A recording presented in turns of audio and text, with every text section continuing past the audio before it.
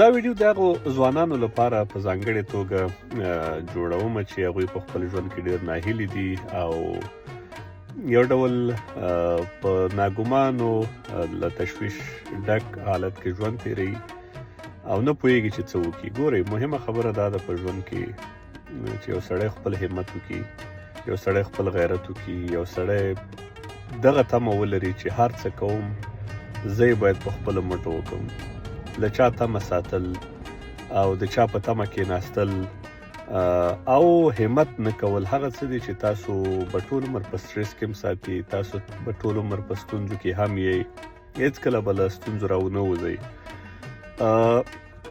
که یو سړی 12 ساعته د ورځې کار وکړي یا 14 ساعته کار وکړي، هغه به یوازې فزیکي ستړی. خو که یو سړی هېڅ کار ونه کړي او ټوله ورځ په همدې تمه تېره کړي چې که یو 2 روپۍ څوک را سره مرسته وکړي، نو هغه به هم ذهني ستړی، هم به فزیکي ستړی، هم به وجداني عذاب او ستونزو کې راګیر وي.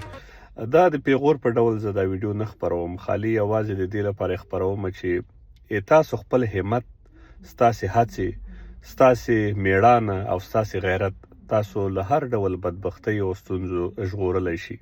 تمې له انسان تمې چې دي د ژوند هغه بدترین او بدبخته ترینې شیبې دي، ځان ترې وژغورئ.